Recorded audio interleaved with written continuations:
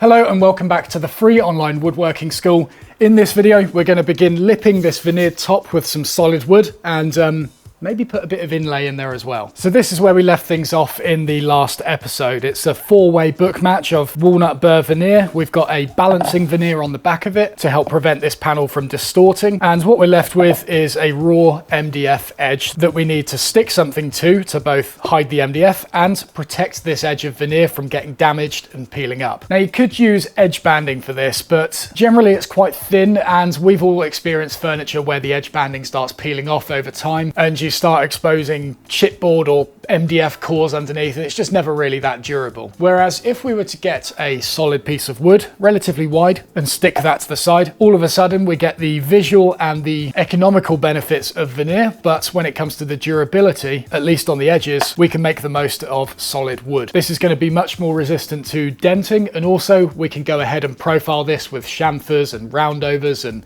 whatever we want because it is just wood. So in terms of thickness, this lipping is machined down to about 1 millimeter thicker than the veneered panel. That way when we stick it on, we can plane it down to be flush with the veneer and then give the entire thing a sand over. I should say with veneer, it's very tempting to want to sand it now before sticking the lipping on, because you know, we can all be very eager to clean this up to see what the finished result looks like, but hold off on it if you can, because if you sand it once and then you stick this on, you'll inevitably have to sand it again, and we're working with a very thin veneer here and it probably won't hold up to 2 rounds of sanding. So try and hold off if you can. Wait until the lipping is flush. So we've got 4 lengths here. It's going to be mitered around the edges to kind of frame this panel up, and then between the join of the solid wood and the veneer, we're just going to route a very, very thin groove to put some inlay in there to both hide the join and I don't know, it's just a thing that you see on traditional furniture here and there. The good thing about doing this inlay between the join is that if in the last episode you accidentally chipped the edges of the veneer, either when you were knifing or routing the excess away,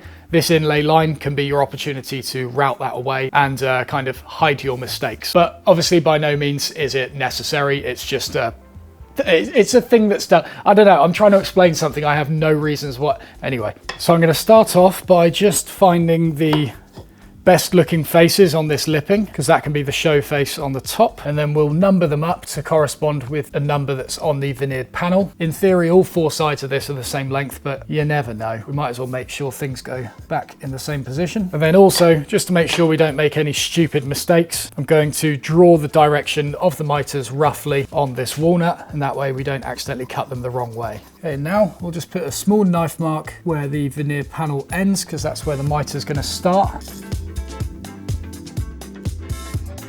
Okay, so now we're going to set up a sliding bevel to 45 degrees. The best way of doing that is to get a straight edge on a piece of material, knife a line that's square in from the edge, measure any distance up that line you want. I'm going to do 150 millimeters, which is about 6 inches. Give yourself a mark on that. And then along the bottom, measure that exact same distance and give yourself a mark. Now all you've got to do is join that mark up with this one, and that will be your 45 degree angle.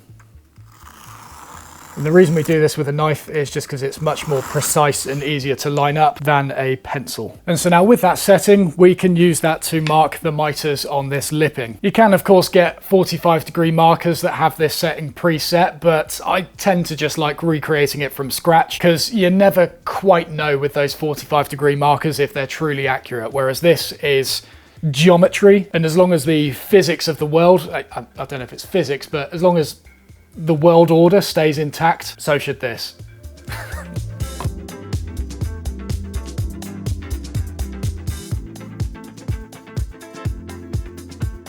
And so to get these down to a clean 45 degree angle at the finished size, we're going to make a quick and dirty shooting board out of these 3 things. I've got a big sheet below that the plane's going to run on. We've got a raised platform for the lipping to sit on, and then we've got a 45 degree fence here that we're going to set up with the sliding bevel to sit at 45 degrees to this face here, which is what the plane is going to reference off.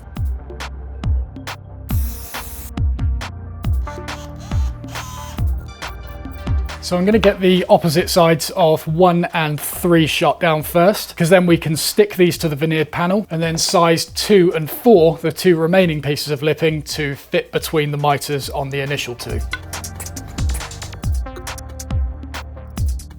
Okay. It looks like they're lining up nicely.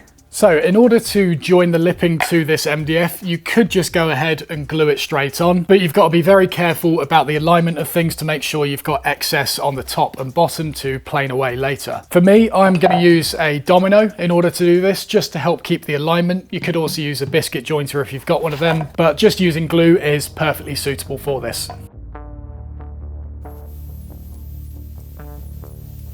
Okay, so that's the lipping dominoed. Next we need to go into the edges of the top. Now if I go ahead with the same setting, that's going to create a flush surface when the lipping is joined with the top, but remember we want a little bit of excess to plane down after assembly. So in order to create this small step, I'm not going to change the setting of the domino. I'm just going to put a few layers of tape along the underside of this bed to just intentionally create a little bit of misalignment when it's all stuck together.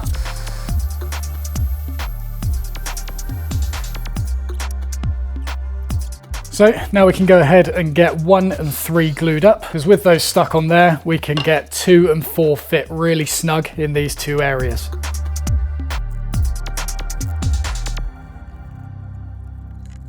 And as you can see, with it now clamped in this way, we've got full access to the sides, so we can do the final fitting before waiting for the glue to fully harden. The nice thing about this as well is that not only can we trim it to size, but we can also slightly adjust these 2 angles in order to fit the mitres should we have got it slightly wrong or geometry broke sometime between measuring out that 45 degrees and now. So we'll get these fitted as well, and then try and get 3 clamps over the top to hold that in position. Now, if you accidentally cut a piece of lipping slightly too short, for example, this side number 4, I reckon I've taken 1 too many shavings from the mitre, and so we've just got a tiny amount of movement, and that's going to create a hairline gap on the mitres. If this happens, all you need to do is take a couple of shavings from the inside face, and that will effectively increase the distance between the mitres. So I think just 1 full pass should be all this needs in order to close up those mitres. Perfect. So now, no movement end to end, and that was just 1 or 2 shavings off that inside face, and now it's seamless on the edges. And when doing these, you can also put a bit of glue on the mitres themselves now. It's not really there for strength, but it will just help fill any small gaps here and there.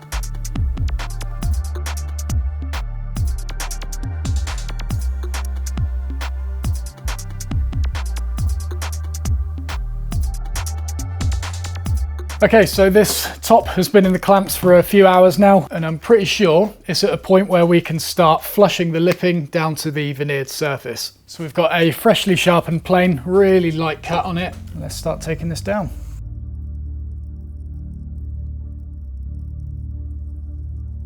So with the lipping all flushed off, we start to get a good idea as to what this final top will look like. But I think you'll agree, it looks like there's something missing from this. Like, you know, it looks pretty good. We've got nice mitres and stuff. The book match should hopefully clean up to be quite nice. But what I reckon this thing is missing is inlay. 4 very thin black lines just separating the veneer from the lipping to kind of give it a nice little border and make that join between the veneer and lipping just slightly, I don't know. I'm going in a direction I can't quite figure out with this, but if we're going for like historically accurate, something that looks kind of traditional in the same way that this table does, inlay is what this needs. It doesn't have to be black like this. You could also do a boxwood inlay or maple or something light, for example. But I've got a ebony handle on the front, and so making it, mind you, I've got light draw sides. We're going for black inlay. So in order to inlay this, we've got a very, very thin router bit. Like literally, look at the size of that thing. Annoyingly, I think the supplier of the stringing sent me the wrong size, because this is 1.5 mil and this stringing should be 1.5 mil, but it looks closer to 2. So while I could just cut a 1.5 mil groove and then probably plane or sand this stringing down to size, I actually quite like this 2mm thickness, and so I'm going to try and do 2 passes with this. So in order to do this, we are going to set the router up on a fence and just get it nice and centered on that join line. And before sort of going for it, I'm going to check that setting with the remaining 3 sides, just to make sure there's no difference in the lipping that's going to result in this missing that join line. That looks good. So now we need to set the depth of the cut. So I'm just going to lower this down until the cutter hits the wood and lock it off. Then we can drop the depth stop down to hit the turret below, and then lift it up slightly, put some of the stringing between it and lock it off. If we then take that out, that leaves a gap that is exactly the same thickness as the stringing. So when this router turns on, it's able to move into the timber by that distance, thus being the same depth as the stringing. What I might do, however, is actually close that gap up 0.5 millimeter more, and that way when this is installed, it should stick up above the surface 0.5 millimeter. So if I just set it to a nice round number, like 20 is easy to see, unlock the stop and drop it to 19.5, which looks to be around there. And now that gap's closed up that I can't actually get the inlay in there, which is good because that indicates it should sit proud when installed. With thin inlay like this, personally, I wouldn't bother with extraction because it makes the router more cumbersome. It's quite difficult to see what you're doing. And clearly we've got to be pretty precise with this. Eye protection, ear protection is still an absolute must, but extraction, the cut is so small and so shallow, it's not going to create a whole lot of dust. But I'll leave that up to you. So I'm going to start by doing all 4 sides with this current setting, and then we'll slightly shift the fence in order to get it to the correct width of this stuff. And with a bit this small, we want to make sure we're running at full speed.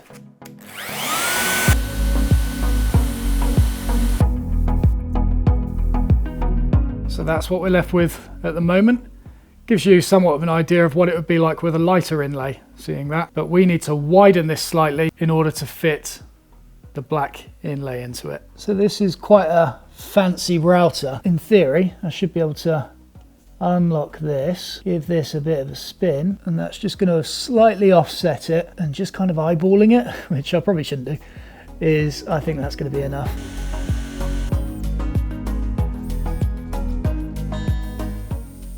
You might be able to see just poking above the surface. Barely anything, but that's enough for us to sand back and make sure we get a really nice flush finish.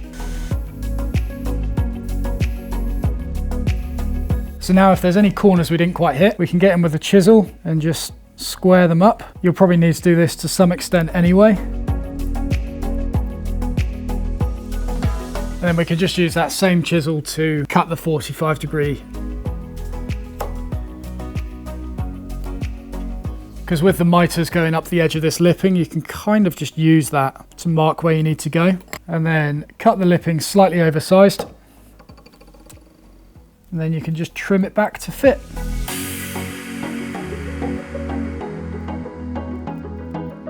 Right, we're in. Looks so much better, in my opinion at least. Maybe you don't like it, but for me, it just helps frame everything that's going on there and just makes it look a bit more finished. So now I'm going to get it all glued into position. Very small amount of glue, and then immediately I'm going to go over and sand it flush with 120 grit and a hard sanding block. Not really worried about causing cross-grain scratches because I'm going to go over this with a random orbit sander. But what I'm hoping is the dust from this should just help fill any sort of remaining gaps from this dodgy inlay that I'm using. So let's get going.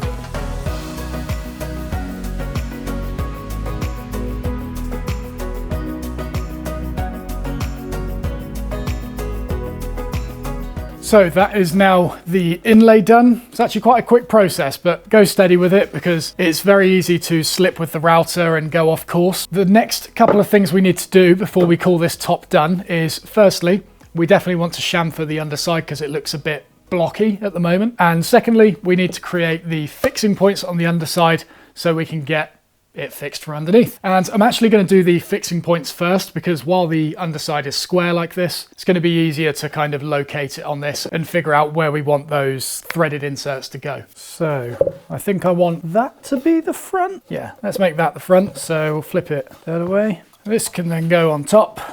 And now we can just line it up with the mitres. In theory, in doing so, that should make it nice and central, providing your table's square. Looks good. I'll just confirm it with a few measurements. So now what we can do is get our 4mm brad point drill bit and put that through the front and use that to mark the location of the top. You might remember earlier in the series, I took note of the distance between these two holes before drilling them, because if this drill bit didn't fit, I still wanted to be able to know the exact distance without any sort of ambiguity of trying to measure the distance between two pre-drilled holes. So then the same on the brackets in the back. Just try and get it nice and central in those holes, because then if this was a solid wood top, we'd have plenty of room for expansion and all that. Okay, now we'll start drilling them out.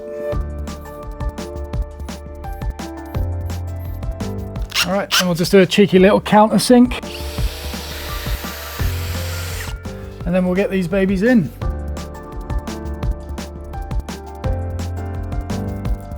Okay, and then finally, we are going to mark out the chamfer. For this, I've set a marking gauge up to 14 millimeters, and I'm going to mark this from the bottom of the table, round all of the faces, and then we'll mark in from the edge on the bottom of the table as well. Plane all of that material away, and that will give us a nice 45-degree angle all the way around.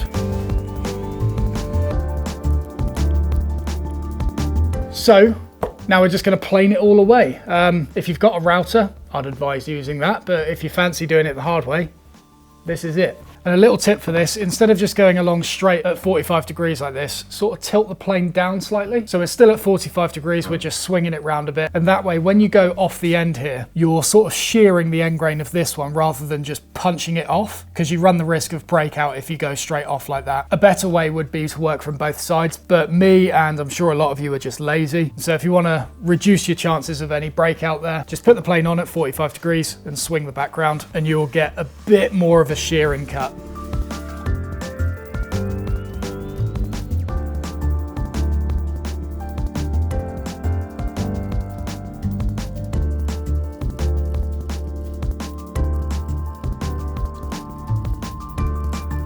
So at this stage, we're all roughed out, about a millimeter or so from the lines. So I'm going to go sharpen my plane, set it up to a finer cut, and do the rest of these.